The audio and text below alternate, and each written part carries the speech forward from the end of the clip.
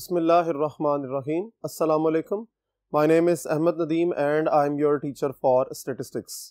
Chapter number 12 estimation में हम unbiased जो activities हैं sample statistics के हवाले से उनको देख रहे हैं और ये prove कर रहे हैं कि बहुत से statistics जो हैं वो population parameter के हवाले से unbiased हैं. यानी अगर हम उनकी expectations को calculate करें तो वो पॉपुलेशन पैरामीटर्स के इक्वल कंसिडर की जाती हैं और उनकी वैल्यूज इक्वल होती हैं. अब एक नया क्वेश्चन आज हम स्टडी करेंगे, तो चलिए बोर्ड की तरफ देखते हैं और नया क्वेश्चन स्टडी करते हैं. स्टेटमेंट को देखेंगे. A finite population consist of numbers 2, 3 and 4. 3 numbers हैं आपके पास. Find the proportion of even numbers in all possible samples.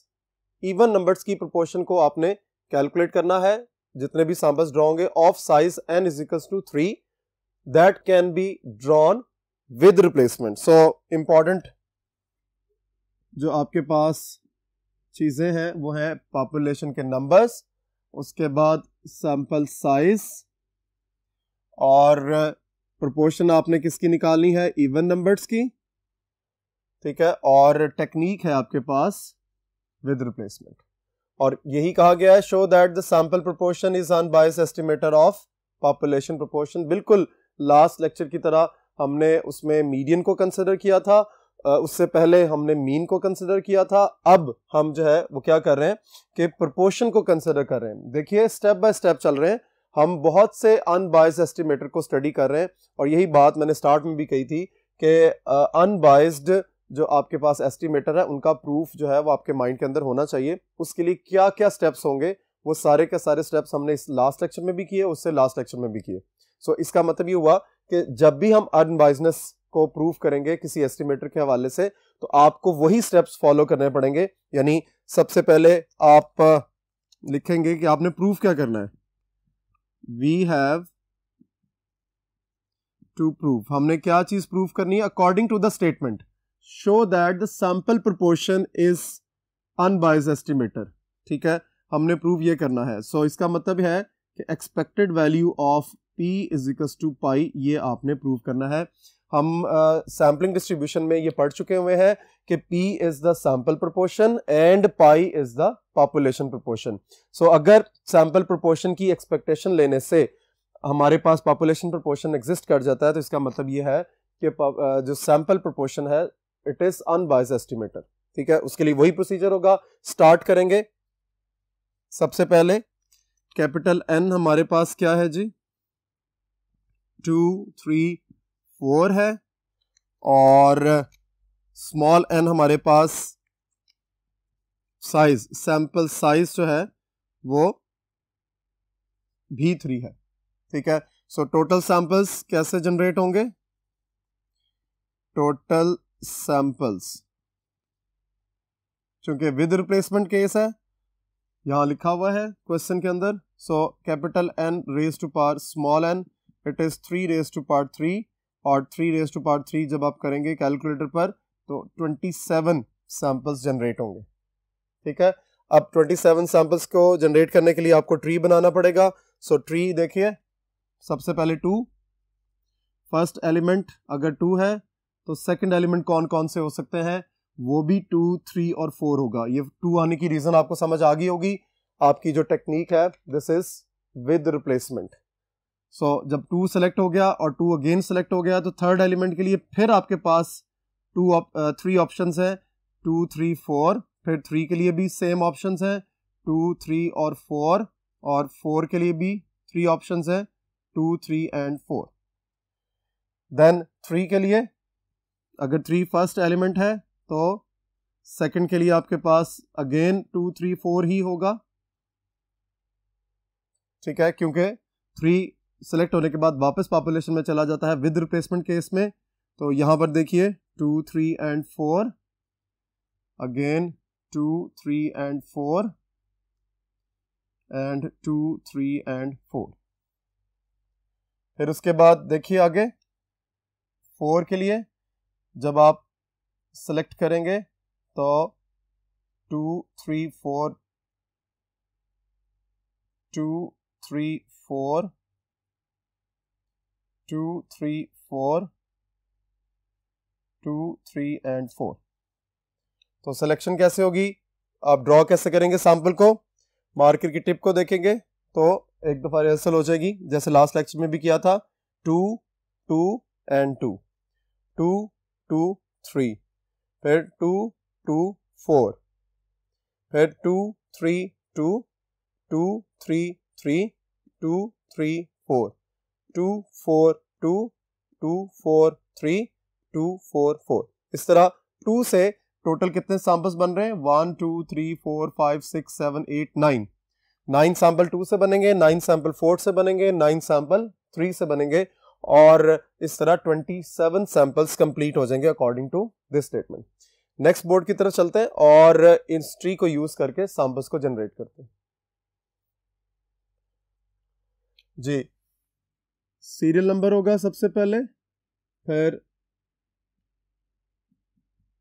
Samples और देन पी। इसी तरह serial number, samples and P. तो देखिए 1, 2, 3, 4, 5, 6, 7, 8, 9, 10, 11, 12, 13, 14।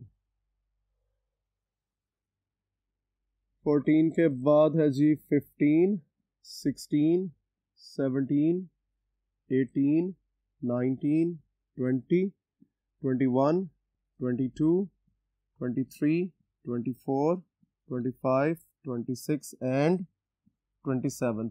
टोटल सैंपल्स आपके पास 27 बनेंगे। यहाँ अब देखेंगे ट्री के अकॉर्डिंगली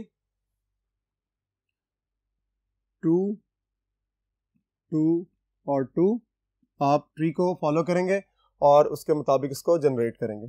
फिर 2, 2, 3, 2, 2, 4, देन 2, 3, 2, 2, 3, 3, 2, 3, 4, फिर 2, 4, 2, 2, 4, 3, 2, 4, 4। 2 से आपके 9 सैंपल्स कंप्लीट हो गए। अब नेक्स्ट बारी है 3 की। 3, 2, 2, 3, 2, 3,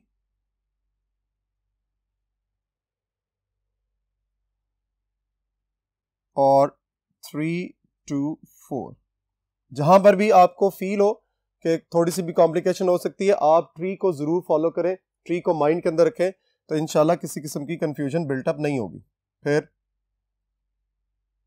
3, 3, 2, 3, 3, 3 एंड 3, 3, 4, 3, 4, 2, 3, 4, 3 एंड 3, 4, 4।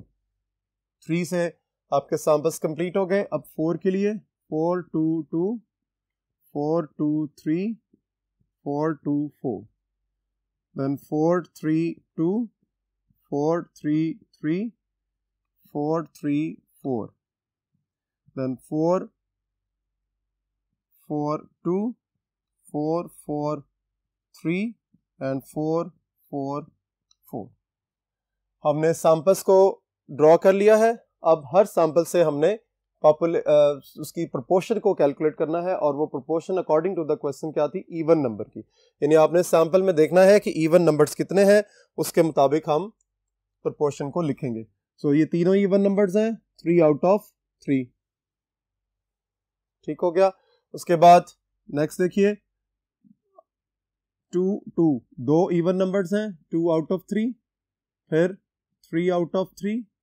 अब 3 out of 3 का मतलब है कि तीनों ही नंबर इवन है, और अगर 2 out of 3 लिख रहे हैं तो इसका मतलब है उस सैंपल के अंदर 2 इवन नंबर है और 1 ऑड नंबर है।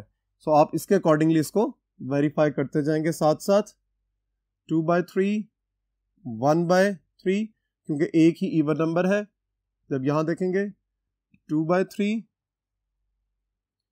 उसके बाद है जी नेक्स्ट आपके पास ये तीनों ही इवन नंबर्स हैं, 3/3, फिर 2/3, 3/3, 2/3, 1/3 क्योंकि एक इवन नंबर है, देन 2/3 और फिर 1/3 और फिर 0/3। जरा गौर से देखिए, 3, 3, 3 तीनों ही ऑड नंबर्स हैं, इसलिए कोई भी इवन नंबर नहीं है, सो 0/3। आगे चलेंगे, 1/3, इट इज 2/3, 1/3, 2/3, 3/3। नेक्स्ट है हमारे पास, अगर देखें तो 2/3, 3/3। थोड़ा सा पॉज भी अगर आ जाए क्वेश्चन को सॉल्व करने में तो नो इशू, आप जब इसको घर पे सॉल्व करें तो बहुत ध्यान से, जहां पे भी कंफ्यूजन हो उसको जरूर चेक करें, क्योंकि यहाँ पर 2-3 सेकंड्स रुकने का मतलब यह है कि आपने इसको वेरीफाई कर लिया। एक दफा अगर यहाँ पर फर्ज कर ले मैं ये 2/3 के बजाय 3/3 कर दूं या 1/3 कर दूं, तो फिर थ्रू आउट मेरा नेक्स्ट जाकर प्रूफ नहीं होगा और मेरा क्वेश्चन गलत हो जाएगा। सो बहुत क्लियरली आपने अच्छे तरीके से इस बात को माइंड के अंदर रखना है। सो 2/3 और ये है जी 2/3। सो यहां से देखिए गौर से, यहाँ पे तो 2/3 है क्योंकि आपके पास दो इवन नंबर्स हैं, लेकिन यहाँ पे देखें तो एक ही इवन नंबर है। अगर ये मैं यहाँ पर 2/3 को आगे कंटिन्यू करने दूं तो मेरा आंसर सारा गलत हो जाएगा। यहाँ पर देखिए 2/3, फिर 3/3, यहाँ पे भी 2/3 और 3/3। इस तरह हमने हर सैंपल के लिए प्रोपोर्शंस को कैलकुलेट कर लिया है। अब हम इन प्रोपोर्शंस को यूज करेंगे और नेक्स्ट बोर्ड पर इनकी सैम्पलिंग डिस्ट्रीब्यूशन जनरेट करके अपने प्रूफ को कंप्लीट करेंगे। जी, सैंपल प्रोपोर्शन की वैल्यूज को हमने लिख लिया है, हम इसकी डिस्ट्रीब्यूशन को जनरेट करेंगे। हेडिंग लिख लेते हैं टेबल की, sampling distribution of sample proportion।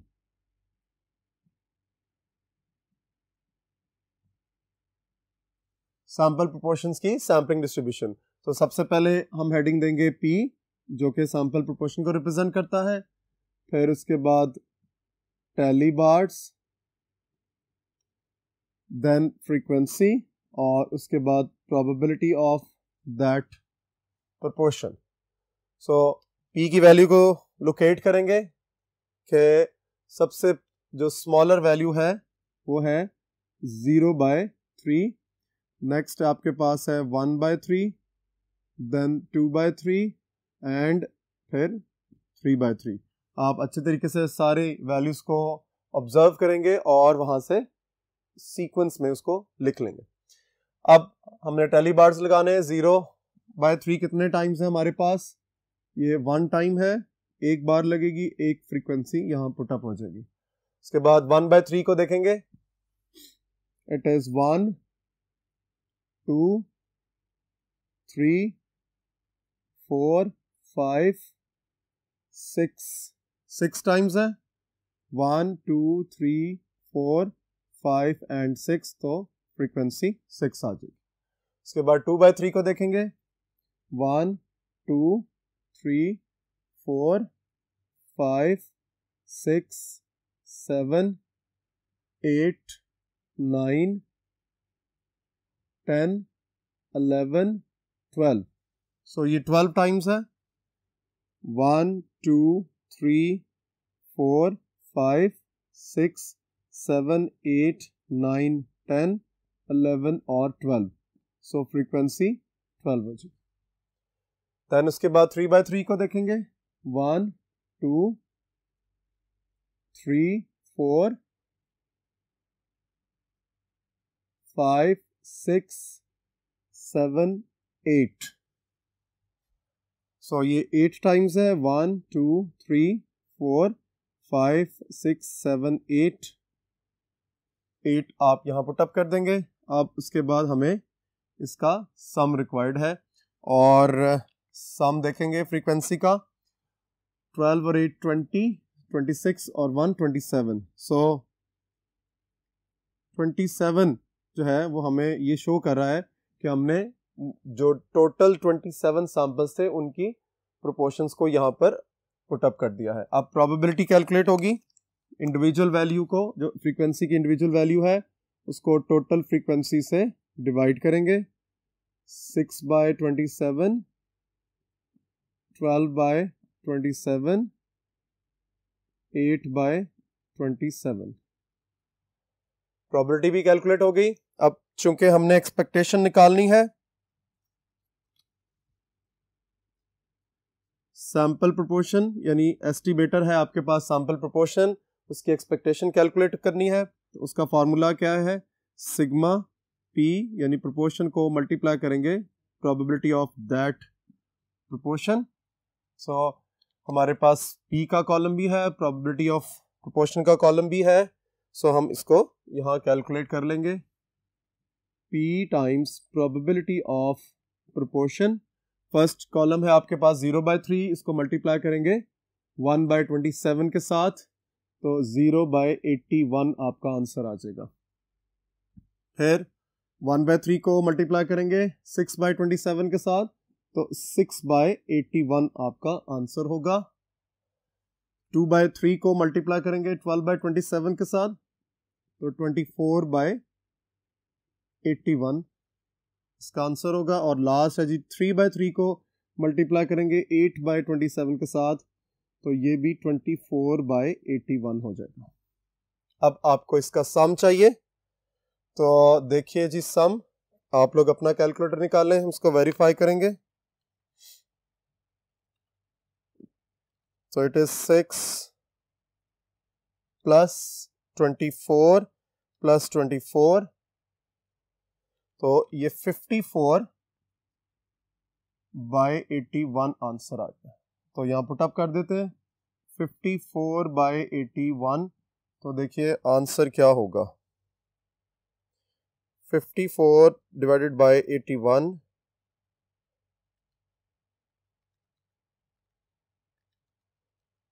It is 2/3। ठीक है। अब पाई यानी आपने population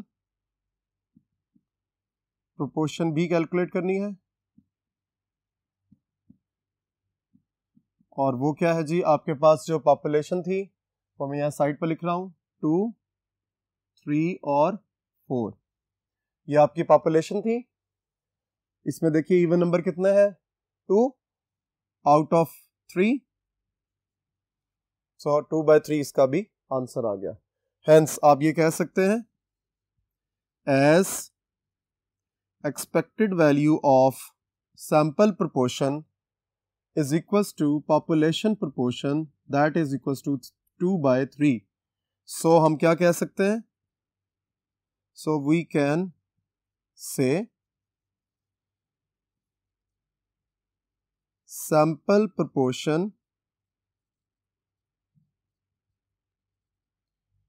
is unbiased estimator of population proportion। यानी जो आपकी रिक्वायरमेंट थी क्वेश्चन के मुताबिक कि आपने ये शो करना है कि सैंपल प्रोपोर्शन जो है वो अनबाइज्ड है, अनबाइज्ड एस्टिमेटर है पॉपुलेशन प्रोपोर्शन के लिए, और वो आपने यहां से एक्सपेक्टेशंस को कैलकुलेट करके इसको कंपेयर भी कर लिया और वेरीफाई भी कर लिया। होप आज का लेक्चर यहाँ पर आपको अच्छे तरीके से क्लियर हो गया होगा, समझ आ गया होगा। इस क्वेश्चन को बहुत अच्छे तरीके से प्रैक्टिस करें और इस तरह के और क्वेश्चंस भी जरूर करें। इंशाल्लाह नेक्स्ट लेक्चर में मुलाकात होगी। अल्लाह हाफिज।